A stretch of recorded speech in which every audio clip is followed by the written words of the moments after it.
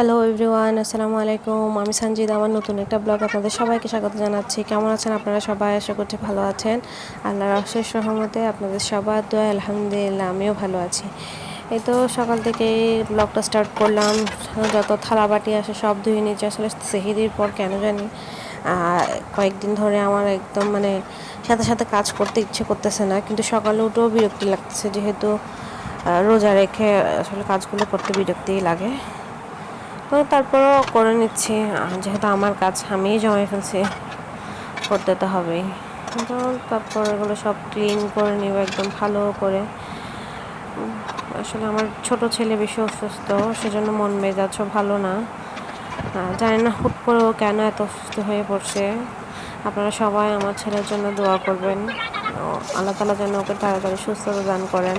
সামনে একটা ঈদ, আর আল্লাহ যদি চান কালকে শবে কদর।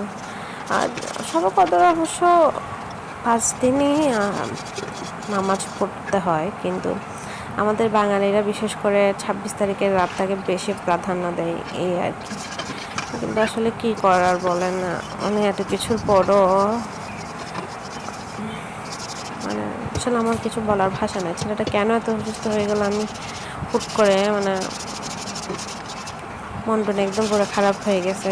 কদরের রাত একটা বিশেষ দিন, আমরা বাঙালিরা বিশেষভাবে পালন করে। অবশ্য ছোটো থেকে দেখে আসছে এটাই, যে 26 রাতটাকে বেশি প্রাধান্য দেওয়া হয়। তো সেই হিসাবে ওই দিনটার জন্য একটু আলহামদুলিল্লাহ ভালো রকমের প্রস্তুতি নিচ্ছিলাম, কিন্তু আল্লাহ তাআলার যা ইচ্ছা আর কি, ছেলেটা অসুস্থ হয়ে গেলেন। তো মোটামুটি কাজ সব গুছাই নিচ্ছি, যত তাড়াতাড়ি সম্ভব আর কি, যেহেতু ওর বারবারই টয়লেট হচ্ছে একটু পরপরই, 5-10 মিনিট পরপর। তো ওটাও ক্লিন করতে হচ্ছে। আর ওর আরেকবারও গত বছর এই প্রবলেমটা হয়েছিল, ওর জন্মদিনের দিন থেকে ওকে হসপিটালে রাখা হয়েছিল প্রায় 2 দিন, 2 দিন না 3 দিন 2 রাত রাখা হয়েছিল ওকে হসপিটালে। এই সেম এরকম ডায়রিয়ার জন্য। তখন আরও কম ছিল, ইদানিং দেখতেছি একটু বেশি হচ্ছে। আর তখনরাই ডাক্তাররা বলছিল যে যখন এরকম পায়খানা হয় বাচ্চাদের, তখন যেন প্যাম্পাস না পরায়। তো আসলে ওইটাও করতে পারতেছি না, তো সেজন্য অনেকগুলো আসলে কাপড় চোপড় জমে গেছিলো, সবগুলো একদম ধুয়ে ছাদে নিয়ে শুকাইতে দিয়ে শুকাইতে দিতে গেছি। ভাবতেছি যে পাখিদেরকে একটু খাবার দিয়েও, যেহেতু ওরা বসে থাকবে আমি জানি। দেখেন পিচ্চি একটা ছেলে এই রোদের মধ্যে ছাদের উপর, মাশাল্লাহ ওদের আসলে অনেক বল শক্তি আছে। দেখেন চারদিকে কাপড় আর কাপড়। বেশি কাপড় হচ্ছে আমার ছোট ছেলের, যেহেতু নোংরা করতেছে, ওকে তো বারবার ক্লিন করে দিতে হচ্ছে একটু পরপর। আপনাদেরকে তো একটু আগে বললামই যে প্যাম্পাস পরাতে পারতেছি না, সেজন্য আর প্যাম্পাসও পরানো হয়নি।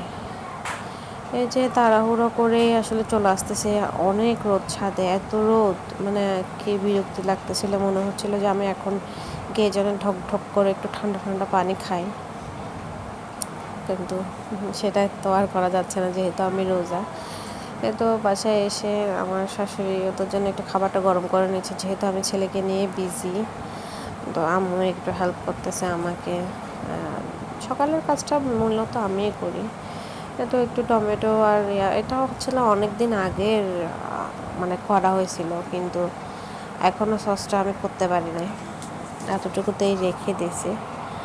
আগেরও অল্প আছে, সস করব বলে করাই হচ্ছে না। যে তারপর আমার পাখিদেরকে দেখাচ্ছে, দেখেন ও আর কোথাও জায়গা পাচ্ছে না, এই একটা চিপা জায়গা আছে, ভয়ে এখানে আমি কোরবালিশ, আপনাদের ভাইয়ার জুতার বক্স, আমাদের নতুন জুতার বক্স সবগুলো রেখে দিয়েছি, যাতে ও ওদিকে যেতে না পারে। তারপরও সেদিকেই যায়, কি আর করার। তো আজকের ভিডিওটা এ পর্যন্তই, আর বড় করব না। যেহেতু আমার ছেলে অসুস্থ, আমি কিছুই ভিডিও করতে পারি না। আমার ছেলের জন্য সবাই দোয়া করবেন। আমার ভিডিওটার কোনো অংশ যদি আপনাদের ভালো লাগে, অবশ্যই লাইক কমেন্ট শেয়ার করবেন। ইনশাআল্লাহ নেক্সট কোনো ভিডিওতে আপনাদের সবার সাথে আবার দেখা হবে। চেষ্টা করব ভালো ভিডিও দিতে। আল্লাহ হাফেজ, আসসালামু আলাইকুম।